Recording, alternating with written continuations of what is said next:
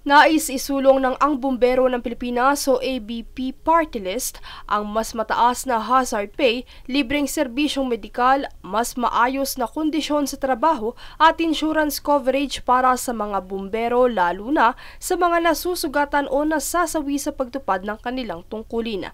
Sa pahayag ni Jose Antonio Capep Goitia, unang nominado ng Party List, mas determinado silang ipaglaban ang mga karapatan ng mga voluntaryong bumbero dahil hindi maaring baliwalain ang kanilang sakripisyo at buhay sa operasyon.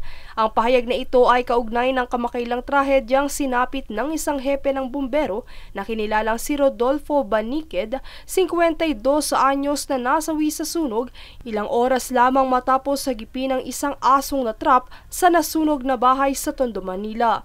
Nitong Martes ay nagpahatid ng pakikiramay ang partido sa pamilya ng nasawing bumbero. Ayon sa mga bumbero at voluntaryo, isa sa kanilang pinakamalaking hiling ay ang pagkakaroon ng breathing apparatus na makatutulong sa kanilang operasyon upang ligtas na makapasok sa nasusunog na gusali gaano man kakapal ang usok.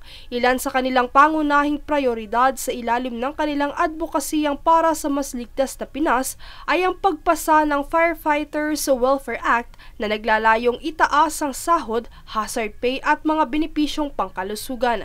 Kabilang din dito ang Fire Equipment Modernization Bill na layong magbigay ng pondo para sa mga makabagong kagamitan sa pagsugpo ng sunog. Gayon din ang Community-Based Fire Prevention Program na magsasanay sa mga komunidad at mapahusay ang paghahanda laban sa sakuna.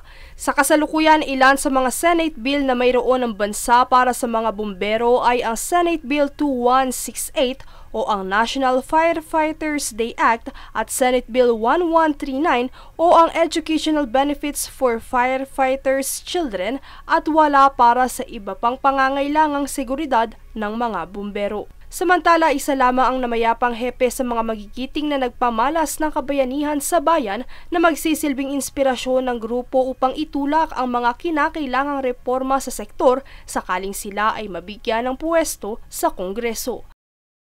Princess Castro nag-uulat para sa Golden Nation Network.